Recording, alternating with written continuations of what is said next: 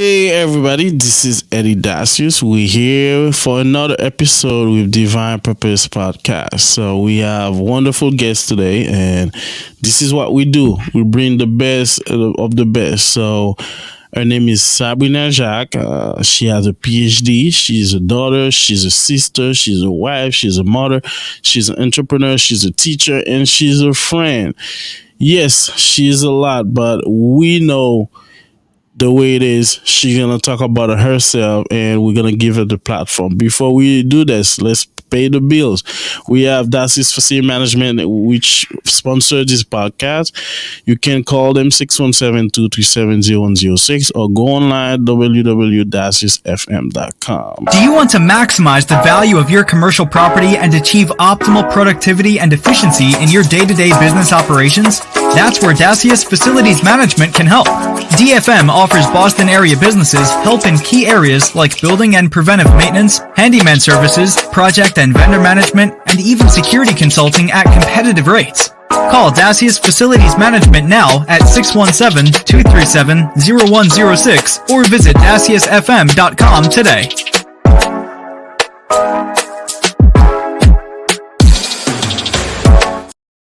Yes, Dacius FM 617-237-0106. So like we said, we have Sabrina Jacques with us today. She grew up in Haiti, immigrated to the United States in 2004.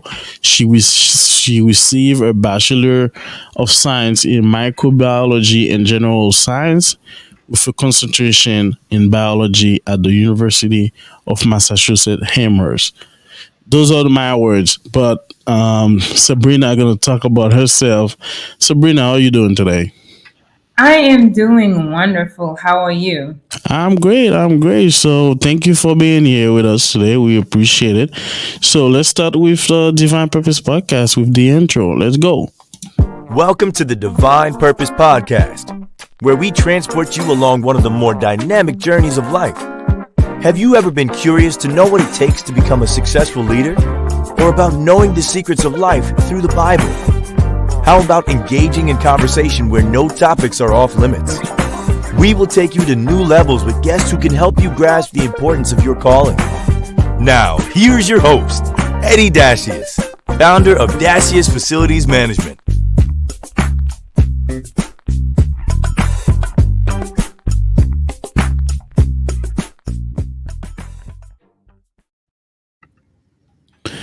Yes, like promised, we have this great guest. We excited to have her. Sabrina, what can you tell us about you today? Oh my. I can say a lot about me, although I don't like talking too much about me. I'm happy to go to some questions, but I can introduce myself. I think the thing I'm the most proud of is my relationship with Christ. I am a Christian, and out of that, I have a lot that I manage here on this earth. Like you mentioned earlier, I am a daughter. I come from a family of 5 children, and I'm number 4. I am also a mother. I'm married to my wonderful husband, 10 years. Wow. And we have 2 wonderful children together. I have an 8-year-old son and a 6-year-old daughter. And yeah, I'm also a professor. And yeah, there's so much to who I am. But yeah. What? This is a lot. This is a lot. That's why we're here with Divine Purpose Podcast. We're gonna tackle your journey, learn about you. So let's go with this question. I know you say you grew up in Haiti. Any favorite memories growing up in Haiti you can share with the audience? Yes, all my favorite memories are in Haiti, to be honest. I grew up with, like I said, with 4 siblings. It was 5 of us in a house. And I had a lot of cousins as well. And it was just awesome. I felt like I grew up in Haiti and I didn't have any care in the world. And I kind of appreciated, even as it relates to the food that I ate, all of this came from like our family farm. I come on my dad's side, the family of farmers. and everything that I ate was organic. I think that's the one thing I missed the most, having to pay for organic food here in the US. And I think I took that for granted. And also my experience in school, I felt like I made the best connections, and including my mentors as far as where I am today in life. It started from grade school. My grade school teachers in Haiti kind of really impacted me. So yeah, just a lot of great things that set me up for success for who I am today. And this is good to share because, like I said, we like to hear these type of stories because everybody have their background they can share. Is there any culture shock you can share with us coming from growing up in Haiti and come here in the United States? It was a walking culture. I was a walking culture shock. Um, yeah, I mean, it was as simple as things like friendship in Haiti, right? Like when I came here in Haiti, you could have like a friend, whether a girl or a boy, and we walk on the street, we hold hands, we have our Yeah, hands around each other's neck, and it was fine. And I yeah, was shocked when I got here. That was one of the things that surprised me the most when I got here. That it was like if people are holding hands, it means that they are in a relationship. Like I was so shocked, and it took some getting used to because I was so used to doing it in Haiti. It was just a yeah. natural thing. So yeah, that was like one of the biggest thing for me. What else? I would say the food in Haiti. Mm. Never used to having like sugar on my meat. It's two things that you separated from me. And yeah, and I came here and it was like you're eating meat that's sweet, like orange chicken and all of that. So yeah, it was a big adjustment. So, and thank you for telling us this. And you accomplish a lot, and you in your bio, there's a lot you do. Is there one thing you, which of your accomplishment you the proudest? That's a lot to think through. I would say I'm going to say it education wise, it's one of the things that I'm most proud of. And the Okay. reason why is because coming here, even at talking about culture shock, when I look at the school system, I had a lot of challenges. Going to high school here, I came from Haiti, like I came from one of the top schools in Haiti. And in Haiti, they teach us like you gotta be good at everything, right? Like there was no such thing as really like a concentration, at least for my school. You just had to know science, you had to know everything. And so education was always top priority. And again, in the Haitian culture, education is top priority for our parents. If we want to make them proud, we have to go and get the education. Be a nurse, be a engineer, be a doctor, like one of these things. Yeah. So when I came here to the US, I did really good in school, and I had a hard time adjusting. Like I wasn't good at speaking English, but I could write it. And so it was hard for them to find a spot for me. I ended up doing two grades, like 10th and 11th grade in 1 year, although I Wh- still wasn't really speaking English well. What? Hey, Yes. hold on. How is that possible? So I was in AP classes and also taking ESL and ELL courses. Um, Wow. I ended up getting a scholarship to, or multiple scholarships to go to school by taking the MCAS. I did so well in the MCAS, and I qualified for scholarship for any state university. So here comes the trouble, right? And then I had my counselor, my guidance counselor at the time. I was also, after 3 or 6 months, I was already part of the National Honor Society at my high school. Um, and so my guidance counselor, when it came time for me to go to college, mind you, I passed the AP. I took some AP tests. I took the MCAS with flying Yeah. colors. And when I got to the point where I needed to apply for college, she told me that she wanted to give me an application to go to Bunker Hill Community College. And mind you, listen, I have no issue at all with Whoa, going whoa, to hold on. What? I have no issues at all with going to a community college, right? However, it was the reason behind it. So I also had a counselor because I was part of the National Honor Society. So my National Honor Society counselor reached out to me and said, Sabrina, what's going Hold on? on, hold on. You say you don't have a problem. I have a problem. You passing all these tests, flying colors, and then no, Right. community college is not for you. With scholarships to go to a 4-year college, right? And so like that's one of the places where I had to advocate for myself. And also coming here, I came to my dad. My dad is the one who brought us here. My mom was still in Haiti. And even for my dad, like acculturation is a thing because he doesn't really know the school system here. And like we had to advocate for ourselves. And so when she wouldn't file my application to 4-year colleges, then my counselor for the National Honor Society is telling me, Sabrina, I'm not getting any movement with you. Like, what's going on? What happened? I don't see any college applications. And I said, well, so and so told me that like I shouldn't. She gave me an application to Bunker Hill. And when I wouldn't take it from her, she got really pissed off and she said, I'm going to give you the other applications since this is what you want, but you might as well hang on to the Bunker Hill application because you'll need it. You are not 4-year college material. So Wow, wow, wow, wow, wow. so that being said, Hold on. What was the reason? What was the reason? up until today, I don't know. She just thought I wasn't material. Like my grade, there was nothing in my grade. I don't know. Like honestly, I believe it was like racially targeted. I think it had to do with my race. It had to do with Wow.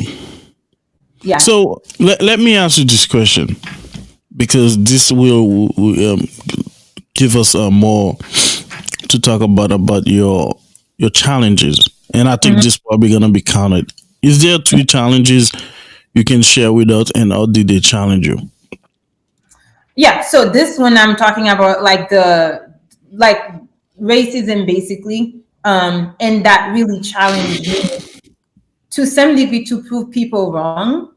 I feel like, and in challenging me to prove people wrong, I think it challenged me to grow. It turned from me wanting to prove people wrong to me wanting to prove to myself that I am worth it and that I am capable.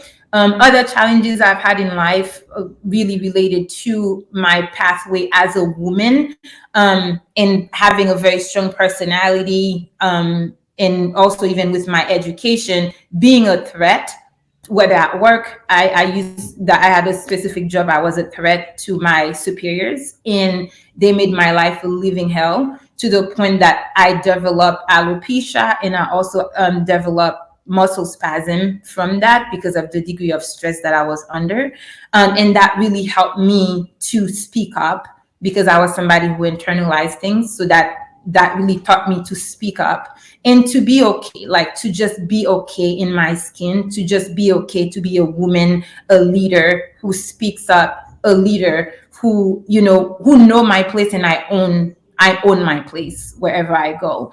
And then the other thing has to do with my faith. The other challenge has to do with my faith because I do encounter the same issues in the church setting as well when it comes to like leadership and speaking up. So again, that challenges me to know my place in God and to own my place in God, to be okay with who God created me to be, and to continue to do the work regardless of the oppositions. Wow, Sabrina, this is a lot, and I like what I'm hearing so far. So this is great. Now you got the bachelor from UMass Amherst, and then you went to get your master in of heart in healthcare administration. What was this going? What was the process to go to Ashford University? So my first degree at UMass, I was actually in the pre-med program, and then I realized it wasn't for me because going to med school, I realized I was not comfortable with blood. So I was like, all right. So I ended up switching to more the science. I like the lab aspect, working in a clinical lab. And I started working at Quest Diagnostics at the time. in a clinical lab, and I realized I am not that person to be sitting at a desk, because I like to do more, and I like the human interaction. So that's why I ended up switching to healthcare administration to get my master's in healthcare administration, to exercise my gift of administration, and management and leadership. And so that's how I ended up taking that path. Um, what was your dream job in high school? And the reason I asked this question to see where you at in your journey, and then all did all develop. I think in high school I was still thinking about being a doctor, but it was mostly being a medical doctor, like a pediatrician of some sort, or like a general medicine. Oh, really? So what changed? What changed is my exposure. I think my exposure, again, like I said, when I was doing a lot of my practicum in lab in school, I realized blood wasn't a thing for me. Even in working with rats, blood, I couldn't do it. So that's how I was like, okay, I'm not going to go into medical school. And then I realized also, like, the fact that my goal in life was really to train emerging leaders. I like to coach and pour into people. And I didn't know, like, you could be a doctor. To be honest, in high school, I didn't know you could be a doctor without being a medical doctor. Coming from Haiti, all I knew about a doctor was that, like, you were at a hospital. And so, yeah, but I ended up getting in my path to be a doctor with a PhD without having to be a medical doctor. Wow, that's a great journey so far. So from Hartford to Chicago School of Professional Psychology, what was the journey like? That journey, again, is connected to my faith. I'd never intended to get a PhD. I was fine with having a master's and moving on with my life. And in prayer, the Lord told me that there was more, and there are places that He wanted me to go, and I needed that PhD to get to those places. And that's how I ended up going into the business psychology, and also because I was being exposed to business a lot more.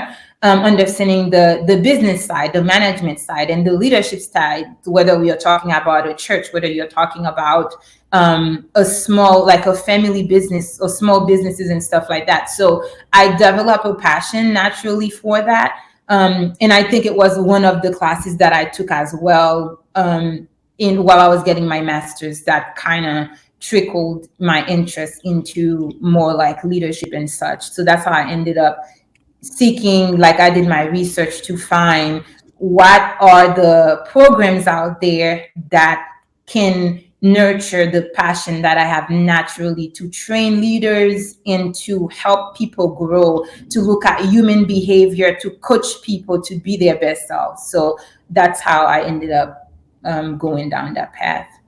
So looking at in high school, and what was Sabrina in high school? I know you kind of gave us your way, or were you athletic, or were you just into books, or you dancing, or what was your thing in high school?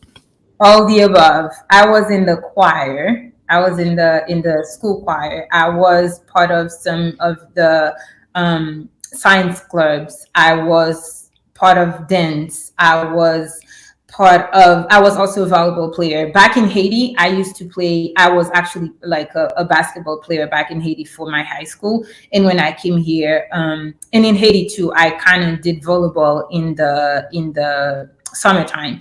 But I started doing more of that when I came here to high school at Everett High. And I did both JV and varsity volleyball while I was part of these other clubs in the National Honor Society.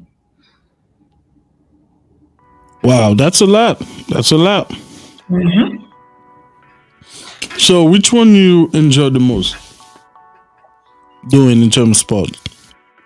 I think volleyball would be the best option for me. I was intimidated because I was always small frame, super skinny, and I was intimidated by the physical aspect of facing another team in basketball and just being afraid of the injuries. So I kind of put that to the side. In like, I love sport, I love dancing. Even when I got to UMass, I was in charge of the Haitian Student Association's dance team.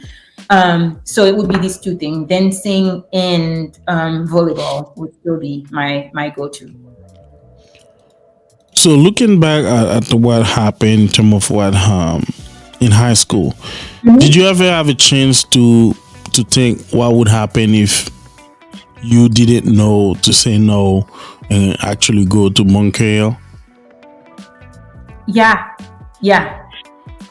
I think it would have definitely put a dimmer on my just my path, my educational path. I think it would have impacted me emotionally because if I bought into that idea that I'm not material, right? Like you're not a 4-year college material. I feel like going to Bunker Hill would have been the highest I would have set myself to achieve. And words are powerful, right? If you buy into it, then that you kind of set your ceiling as what you buy into. So I feel like, and now being a teacher in a 4-year college, like I've taught, like being a professor who's taught graduate level, Yeah. PhD, master's level, and undergrads, I think I'm glad I didn't buy into that. So did you ever meet her? Did you ever interact with her? No, I finally found her on Instagram, and I'm still thinking, I'm still trying to figure out if I'm healed enough to reach out to her and just introduce myself as Dr. Sabrina Jacques. Why not? Why not? Right, right. We'll Now, see. I know. I think that would be cool because at the end of the day, you were profiling. You know, they profiled you, and it's happened a lot. So let's go in the other direction about success and then challenging young professional women, black people are facing. How important for you to succeed? As you know, all these things are against our growth. How important is it for you to succeed? It is that much more important to me now because I have a daughter who shares Yeah. my personality traits, and even like she's even more outgoing than I am.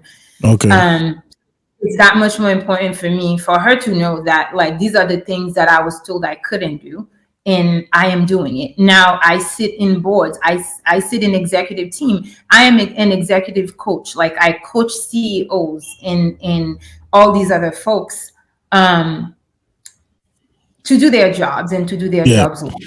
So it is so important for me to set the tone for my, at least for my daughter and for my niece who are growing up as Black young women in this culture, for them to know that they can overcome and pass on that legacy.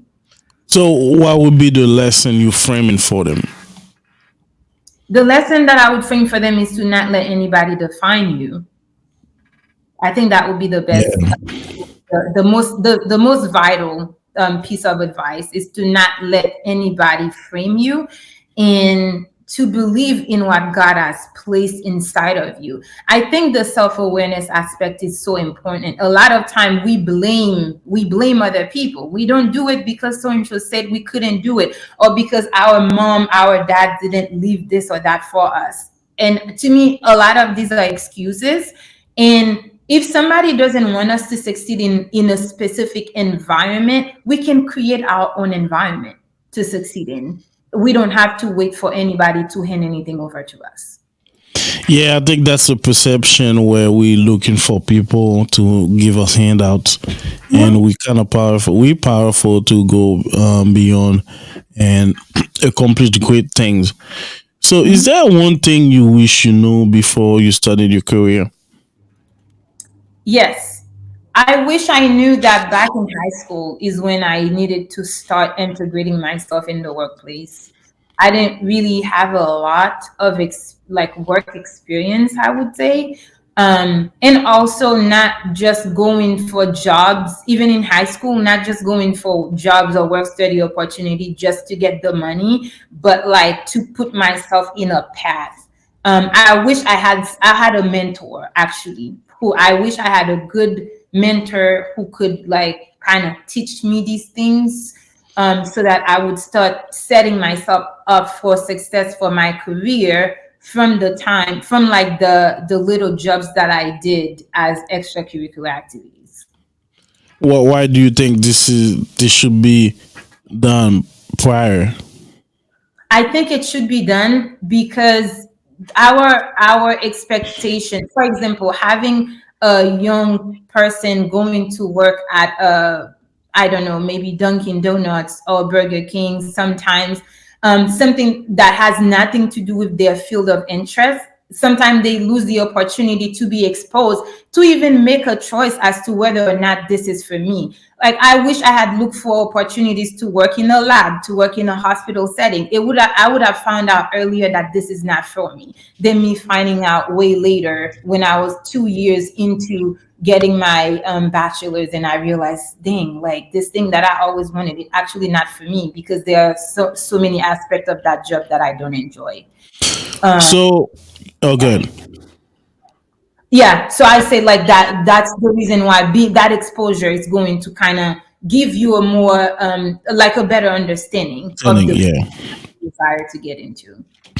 So let's talk about our parents. I know I'm Haitian too. They do a lot of work in terms of like sending us to school, but they have their own challenges. Where what was your? I know you talk about your counselor, but outside of that person, did you have any help in your household in terms of guiding you into college process? Yeah, yeah. My dad has always been a good advocate for his children. Even when he can't speak, like, and I respect that about him, he speaks up. So he would take my sister with me if there was anything. I have my eldest sister who's like Yeah, the oldest of the family, and she came also with some knowledge. She was in college in Haiti before she came here. She spoke Spanish and English fluently, so that kind of helped me because I had these people to advocate for me, and my sister could also do more of the research for her to try to understand and to set me up on that path. And like she could understand the challenges a little bit, although the culture was a lot different, but I had her support with however much she knew she gave to me. so let's talk about transferable skills. Where I'm sure you held a lot of jobs, a lot of position. Is there any job you learn and then you're still using what you learned from that job in terms of transferable skill? I would say yes. Soft skills, right? Soft skills are transferable no matter what industry field you are into. Soft skills like communication skills, knowing how to speak to people, emotional intelligence, knowing how to be empathetic, knowing how to control yourself, right? Understanding your own emotions and being able to communicate to your emotions, and also understanding how somebody else is feeling and taking that into account. Leadership skills, doesn't matter where. I work with a lot of people even now in different fields when I do executive coaching, but a leader Yeah. is a leader. A good leader is a good leader no matter where. And so these are some of the skills that I've picked up, even being a residential assistant at UMass, that I'm still using today.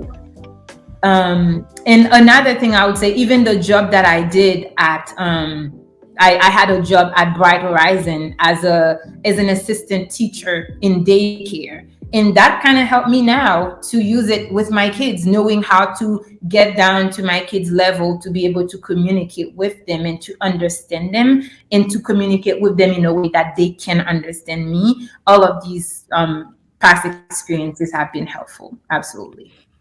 Wow, so this is great. This is great to hear. So we're gonna take a quick break. We have Sabrina Jacques with us today. This is Eddy Dacius with Divine Purpose Podcast. Let's go on a break now. What comes before making a smart decision? Choices. A smart choice is the best option, which is who we are. That's why our clients expect more from us and, in return, get more in everything we do. We understand the problem. That's why we thrive for excellence. We don't just create a winning culture. We aspire to be a smart choice, a voice for solutions. We believe in integrity, professionalism, and teamwork. Our passion is to bring results from our clients by working harder, smarter, and faster. As a team, we always deliver because we recognize your needs. Choosing smart influences us to be the best version of ourselves. That makes us different than other companies. It makes us confident in achieving our goals. It makes us who we are. And it makes us DFM, the smart. Yes, DFM the Smart Choice. So we back with Sabrina Jacques. We're not gonna take a lot of time. We're just gonna drive right in with hot topic because there's a lot of hot topic we're gonna talk about with Sabrina. So hot topic is a segment where we talk about topic related to your career. Fun topic, but question people wouldn't have chance to ask you. So this is hot topic with Sabrina Jacques.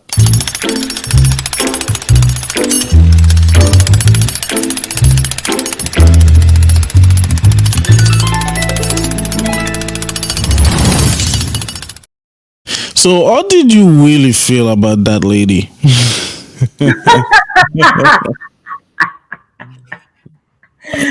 Ah, I'm healing. I think I'm healed. Now I'm okay, but I did not like her much. It was very traumatic. So I did. I thought she was a witch. It wasn't the right approach, but I really saw her as a witch.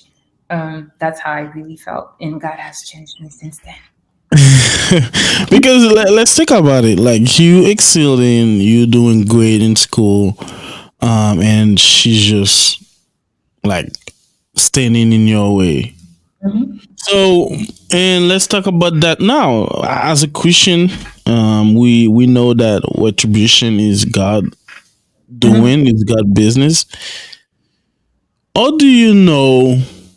Like I always struggle with this, right? Mhm. What was your justice? Where you serve, where's your justice serve? It's like sometimes they do their own thing, and it's all set, and you have to carry the burden, and you don't know what's happened to them. And that's the thing I have learned over time that has transformed my life because I've had so many of these challenges over time that justice is not always in something happening to the other person. Justice is in you being able to forgive and you being able to overcome. And Mm, one thing that I've also realized, I had to separate that issue from that person because I mean, I didn't get to say that this same thing happened to me again in college when it came wow, time for me to graduate. So really? I'm realizing what's against me. For I wrestle not against flesh and blood. And I'm like, there's a bigger force at hand that's trying to hold me back. And a lot of time we are focused on the person that has moved on, but that same spirit in that person is still coming after us in different forms. And so for me, I like to pick my battles and understand exactly what I'm fighting. And now I like to be able to tell people how they've hurt, like how I feel, how I feel. I own my feelings about the Yeah. situation. I know the situation is bad. And once I tell somebody this is what happened and this is how it made me feel, whether I'm upset, angry, frustrated, or whatever, once I do that, I move on. People don't have to say sorry to me. It's not necessary for me. You don't have to say sorry. I let you know that it was disrespectful and I felt disrespected and I own that and I move on. So I'm not empowering people over me. So what happened in college? In college, my guidance counselor, when it came time to graduate, because I had reached out to her the semester prior to ask her to add me to a class that I needed to graduate, and she was the one. She was my dean. And no, she was the guidance counselor or advisor. And so when Yeah. she didn't add me to the class, I found out she added a couple of white people who were not on the list. She added them to the class, and she told me to wait next semester to take the class. And I said, I'm not doing this because I reached out to you like way before that. And I went to Yeah. the dean, and the dean made her add me to the class. And she stood in front of me. She looked me in the eye. She said, if you make it out of college, I will eat the first paper you write for my class.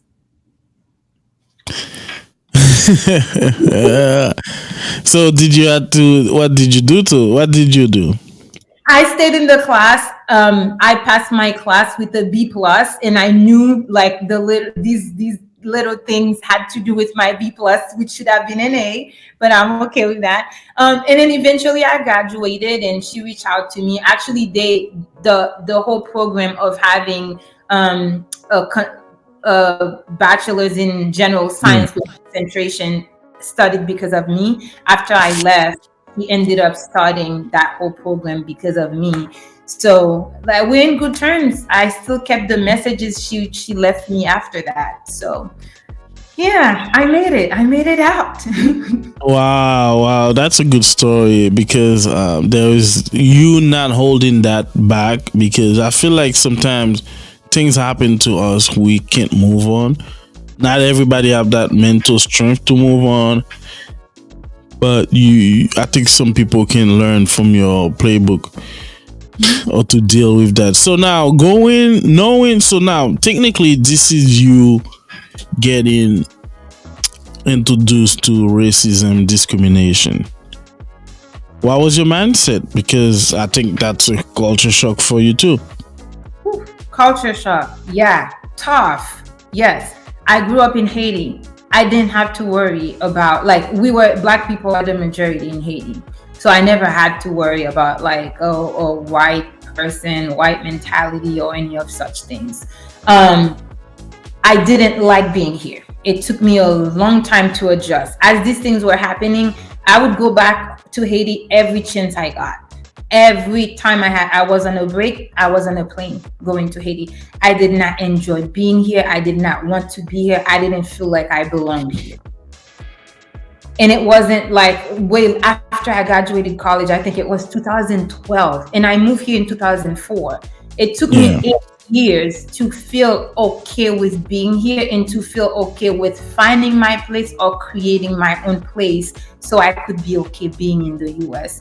And up until now, like with all the racism stuff, there are some things I have to learn when to separate myself from, like when not to watch too much of the news and stuff like that until I'm okay to go back, just to kind of protect my mental health.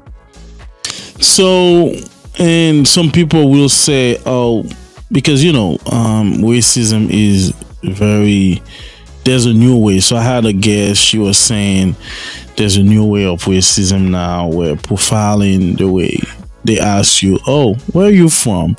And you say, oh, I'm from Boston. No. Where are you really from? So that's type of racism people do. Is there a way that I don't know, you're gonna tell us, or is it for you, where have you ever experienced an imposter syndrome where you feel like you don't belong, or you're not comfortable in your skin, or you kind of take you some time to get adjusted and then build up your confidence? Yes, so I acknowledge my imposter syndromes, and I think I kind of make space for myself with that. For example, teaching, I used to always be mindful, so extremely aware, overly aware, or self-conscious of my accent, right? Yeah. And so now when I go places, I know I'm like a US citizen, but I like to say that like I'm Haitian. I don't need you to ask. Like I don't need you Yeah. to ask, where am I really from? I'm okay with where I'm from. Like to Yeah. even the way Haiti is right now, I'm very proud, and I do not want to lose my culture to feel accepted or to feel like I'm fitting here. So I offer it up. I tell everybody, hey, I am from Haiti, and if you hear an accent, it's because I speak English, I speak French, I speak Haitian Creole, and I speak a little bit of Spanish. So Yeah. yeah, super proud of it.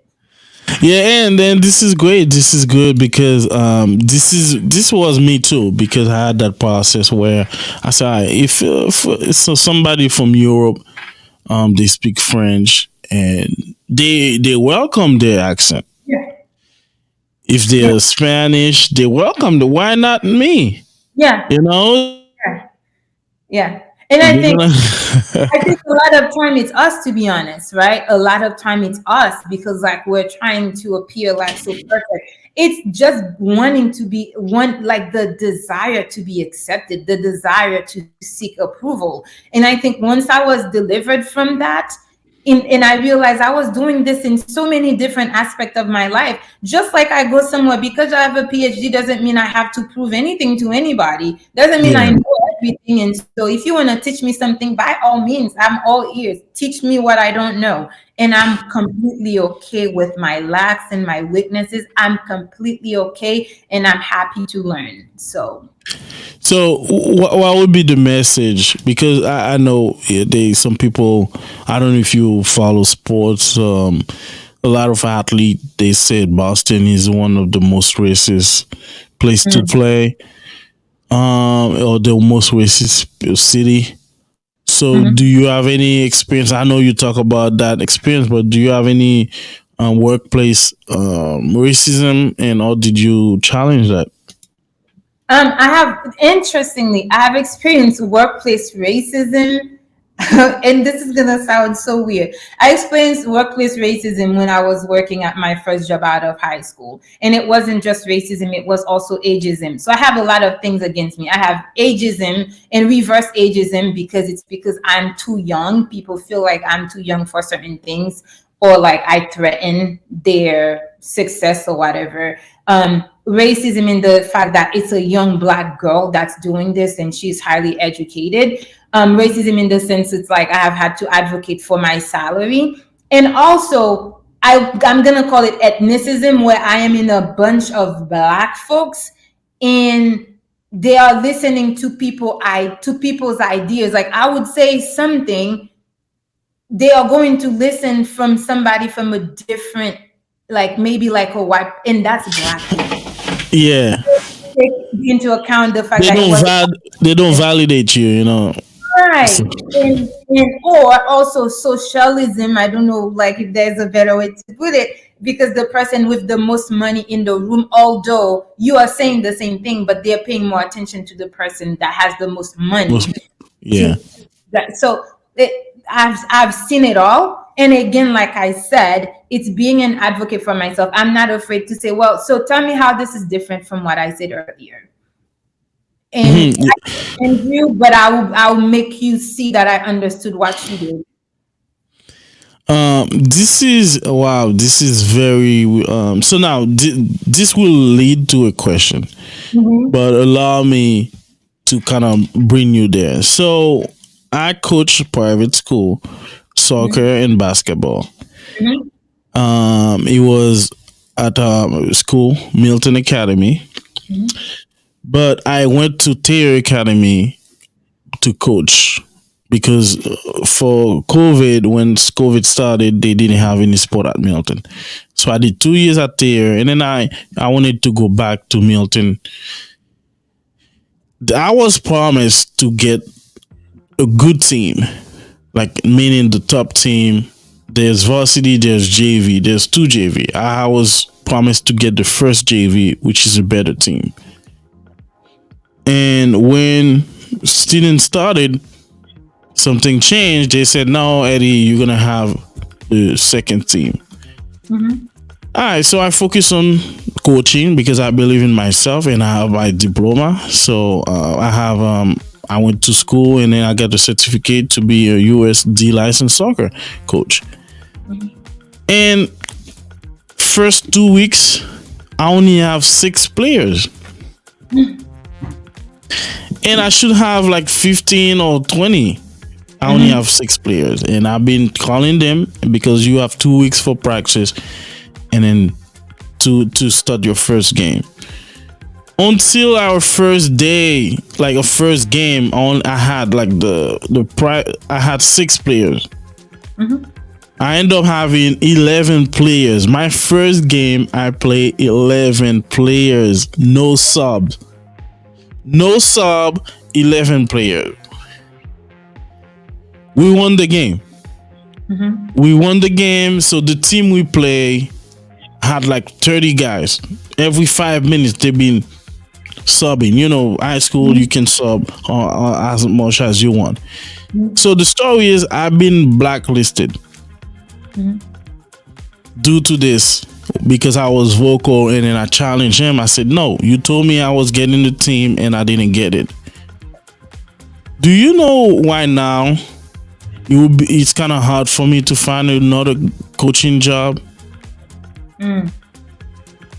Schools are related, like they like in a group, and then I'm blacklisted.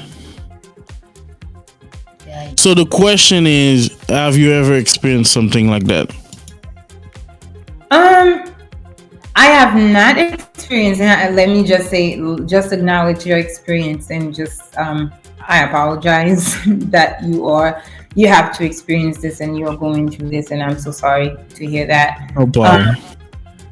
I have not had anything where I would say I'm blacklisted. I mean, to some degree, yeah. I would say just people saying things that you can't control what people say, except that certain things, if you are able to, like, the best way to go after it would be to do so in the court of law. But then again, if you may not have a case, if you don't have things in writing, and all these other things make it so complicated. And here's my thing. I learned that sometimes this is not for you. Just me, there's a lot of these things when they happen, and I have something similar, maybe not as complex as yours, and I'm just like, well, I don't think, as a matter of fact, you're rendering me a service. I don't think I want to work for anybody who shares your perspective to begin. So for me, I would look at this as just like a way of God telling me, I don't need you in this circle or in this environment. No, you're right. Yeah. It's just, and so the thing is, my son's going to kindergarten, and we apply.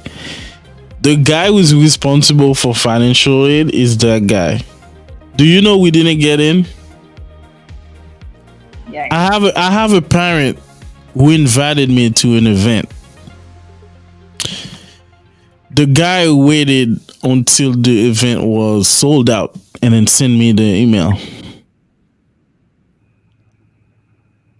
Like, I say, what's going on? So, okay, I'm not in the school, but you still blocking me because you feel empowered. That's why I was asking you the question about the justice part of it. Yeah, and these are the bullies, right? They're like bullies in all types of systems. I've had pastors who bullied me. I have had bullies. I'm going to tell you this little story. Hopefully it helps you out.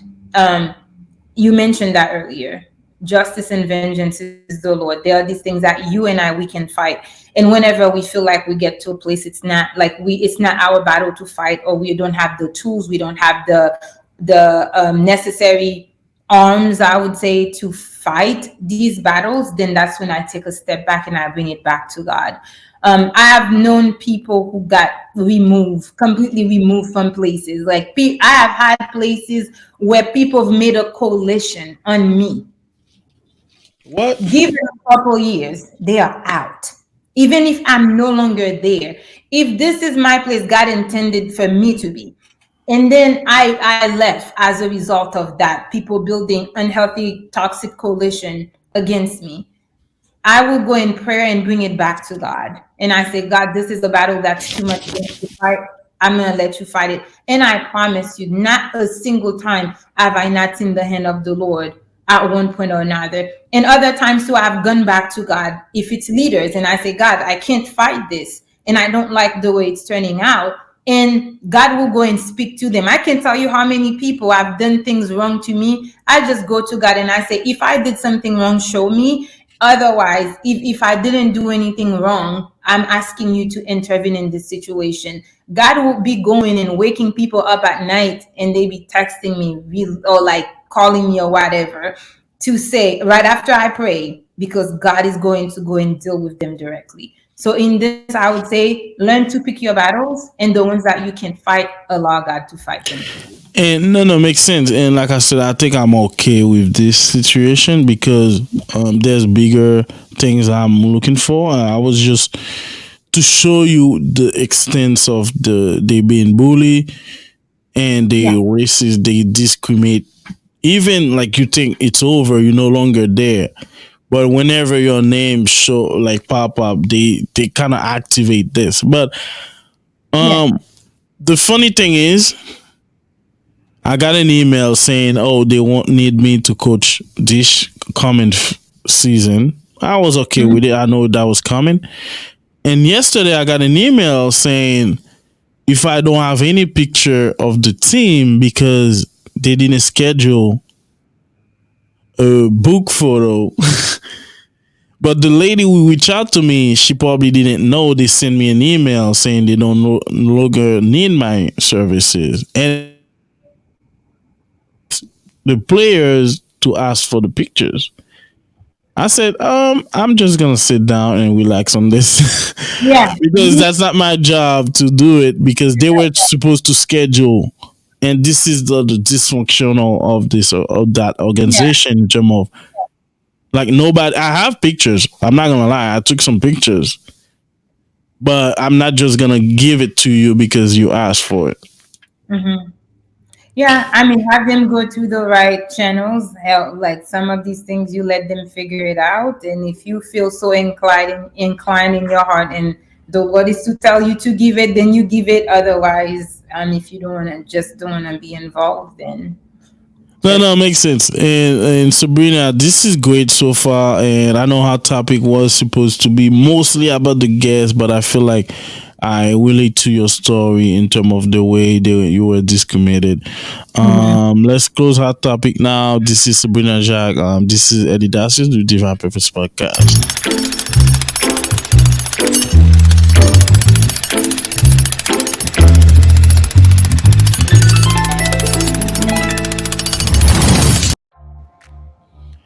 All right. So, favorite food to eat?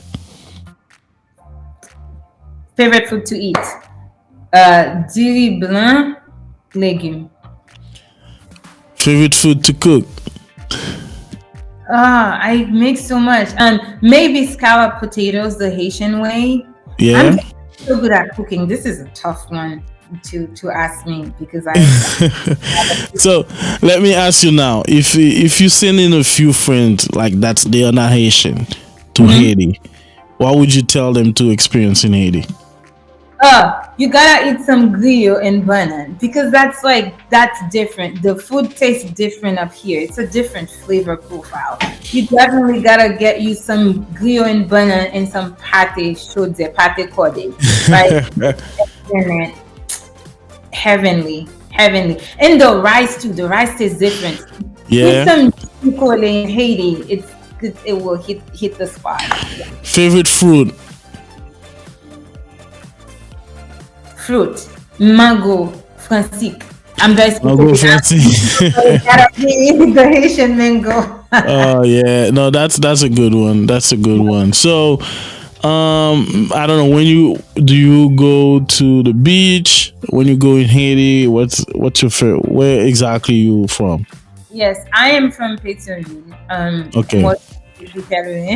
I'm from Pétionville, and yes, I do go to the beach when I go because I gotta get myself some lambi, right? Yeah, lambi. Lambi, like it's just my thing, and just a day at the beach in Haiti, it's just so rejuvenating. So yeah, and definitely like getting fritai or fried fish while you're at the beach. Wow, that's a good one. That's a good one. So. We got to the end of this great interview, great podcast with Sabrina Jacques. Last word for you. Thank you for allowing me to be here and for the work that you're doing. I just want to encourage you in that. I had a wonderful time. And if I have a word of advice for everybody here, know yourself, know who God called you to be, and unapologetically be yourself. All right, that was well said. Well said with Sabrina Jacques. We definitely had a good time, and you learned more about her passion, her education, and what keeps her going in terms of her family and her faith. Technically, so this is Eddy Dacius with Divine Purpose Podcast. We have Sabrina Jacques with us, and please listen, share, and comment. Leave us a comment on www.dppodcast.com, or you can get us on all the major platforms for your podcast. All right, thank you, Sabrina. Appreciate it. Thank you for having me. Blessings to you.